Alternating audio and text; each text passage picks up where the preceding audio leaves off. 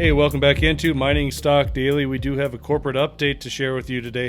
Happy to welcome back the CEO of Roscan Gold, Mr. Nana Sangmuah. Nana, you've had a busy couple of weeks with a lot of more virtual conferences.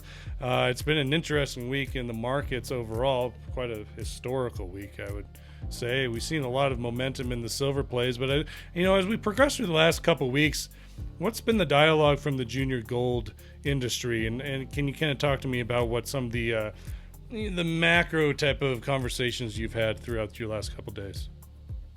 Yeah, I mean, it's kind of interesting because we usually see a strong performance in the golds early in the year, which is not really happening. So it's sort of consolidating. So a lot of investors feel they've got time and they will be able to pick on some of their crown jewels as the momentum comes back.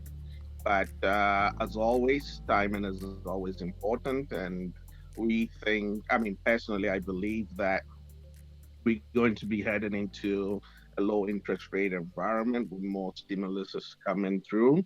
And I heard like globally, we've had about 20 trillion put through. And it's going to be a miracle not to see that have some effects on inflation. And in that environment, gold always does well. We've seen it in the past. So I think we are going to be seeing something repeat itself. We're probably seeing a delayed response, but some smart money are actually getting in now so that they're picking away from stories that had a good run when they were looking at, and they've sort of pulled back because of the sentiment. So there's some clients that I spoke to that are actually trying to get engaged and hook on some good deals at these levels. I was kind of wanted to ask you. I mean, knowing that you're a West African gold explorer, is there this like feeling of like you have to be competitive for capital that would maybe otherwise be considered to go to say U.S. or Canadian gold projects? Well, not necessarily. I mean, if you're dealing with the technical guys, they know where gold can be discovered quickly and probably at a much basically discovery cost than most jurisdictions. And we consistently hearing that guys that were anti-Africa because of the risk are now changing their tune to now paying attention to this district because clearly that's where you can pick up a lot more ounces. The governments are supportive. You can bring your project into fruition, permitting front without a lot of delay. So I think it depends on the audience, but if you talk to guys that know that I mean, case in point, Gold basically grew the most profitable gold mining company in the heart of Africa, and not at all the fun places. It's all about the management teams and what they've accomplished, and whether they have a finger on the pulse of the risk and can address that, and still come up with a significant return to shareholders. And if you can show that potential, I think you've got the money to go do the work.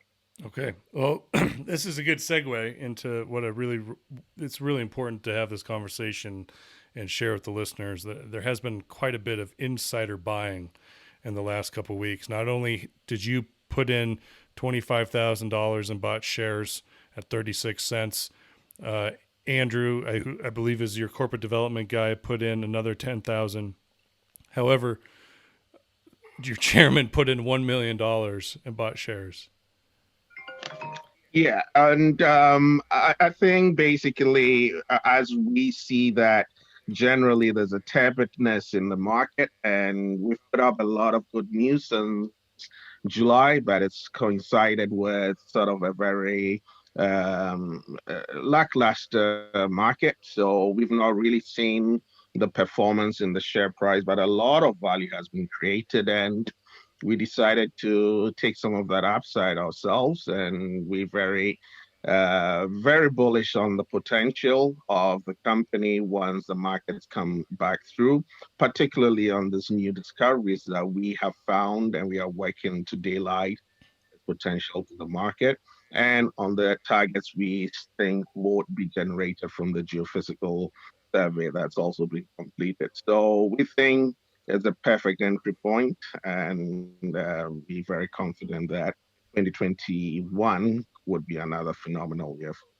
the company. So with just over 3 million shares going into insiders, does this change the percentage of insider ownership throughout your total? Yeah, I mean, basically, it probably will be inching up to about 15% or more right now. So that totally makes us very well aligned to shareholders.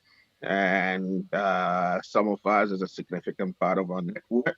So we would definitely be guiding the treasury, the strategic decisions smartly, and build a better company out of this. Are you blacked out now after this purchase? Like, is there a blackout period for all insiders now, or are you open to buy here through February? I think we in blackout. We're Okay. getting into blackout now. You saw the window opening up and you took it. Exactly. Okay, very interesting. Uh, that's a very large purchase. I mean, it speaks testaments to the team and what they're seeing, and just how much they believe in this project, Nana. So congratulations with that.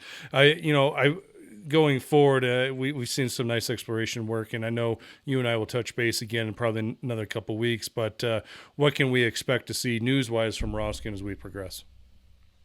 Well, I mean, we just put out the Kabaya results, which we were surprised that the street couldn't see the potential of this second high priority target, where we already add in ounces by, I mean, expanding the depth potential of the resource by threefold. So it could grow larger, and we're still drilling away on that, and we like what we're seeing. But I think the other thing to also highlight to the street is we're not deflecting from Southern Mankuki at all. It's still our darling discovery, and we're drilling deeper. We like what we're seeing there, and they should stay tuned for some more results coming out from that target.